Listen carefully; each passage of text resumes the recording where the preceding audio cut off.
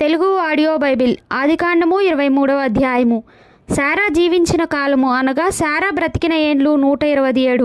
శారా కనాను దేశమందలి హెబ్రోనను కిర్యతర్బాలో మృతి పొందెను. అప్పుడు అబ్రహాము శారా నిమిత్తము అంగలార్చుటకును ఆమెను గూర్చి ఏడ్చుటకును వచ్చెను. తరువాత అబ్రహాము మృతి పొందిన తన భార్య ఎదుట నుండి లేచి హేతు కుమారులను చూచి, మీ మధ్య నేను పరదేశినిగాను పరవాసినిగాను ఉన్నాను. మృతి పొందిన నా భార్య నా కన్నుల ఎదుట ఉండకుండా ఆమెను పాతిపెట్టుటకు మీ తావున నాకు ఒక శ్మశాన భూమిని స్వాస్థ్యముగా ఇయ్యుడని అడుగగా, హేతు కుమారులు, అయ్యా, మా మాట వినుము. నీవు మా మధ్యను మహారాజువై ఉన్నావు. మా శ్మశాన భూముల్లో అతి శ్రేష్టమైన దానియందు మృతి పొందిన నీ భార్యను పాతిపెట్టుము.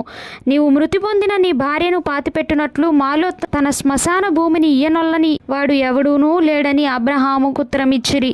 అప్పుడు అబ్రహాము లేచి ఆ దేశపు ప్రజలైన హేతు కుమారులకు సాగిలపడి, మృతి పొందిన నా భార్యను నా ఎదుట ఉండకుండా నేను పాతిపెట్టుట మీకు ఇష్టమైతే నా మాట వినుడి.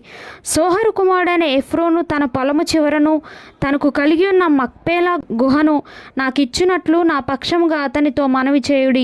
మీ మధ్యను శ్మశాన భూమిగా నుండుటకు నిండు వేలకు అతడు దాన్ని నాకు స్వాస్థ్యముగా ఇయ్యవలెనని వారితో చెప్పెను.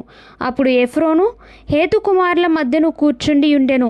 హిత్తీయుడైన ఎఫ్రోను తన ఊరి గవిని ప్రవేశించి వారందరి ఎదుట హేతు కుమారులకు వినబడినట్లు అబ్రహాముతో చెప్పిన ప్రత్యుత్తరమేమనగా, అయ్యా, అట్లు కాదు, నా మనవిని ఆలకించుము. ఆ పొలమును నీకు ఇచ్చుచున్నాను, దానిలోనున్న గుహను నీకు ఇచ్చుచున్నాను, నా ప్రజల ఎదుట అది నీకు ఇచ్చుచున్నాను.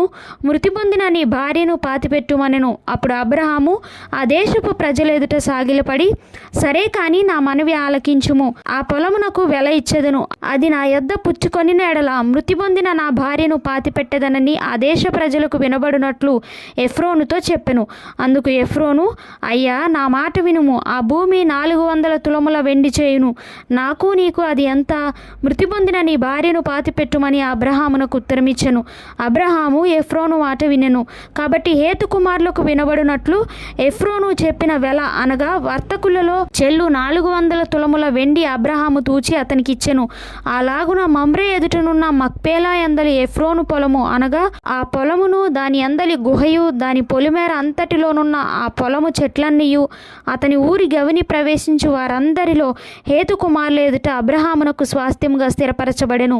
ఆ తరువాత అబ్రహాము కనాను దేశంలో హెబ్రోనను మమ్రే ఎదుటనున్న మక్పేలా పొలము గుహలో తన భార్య అయిన శారాను పాతిపెట్టెను. ఆ పొలమును దానిలోనున్న గుహయు హేతు కుమారుల వలన శ్మశానము కొరకు అబ్రహామునకు స్వాస్థ్యముగా స్థిరపరచబడెను.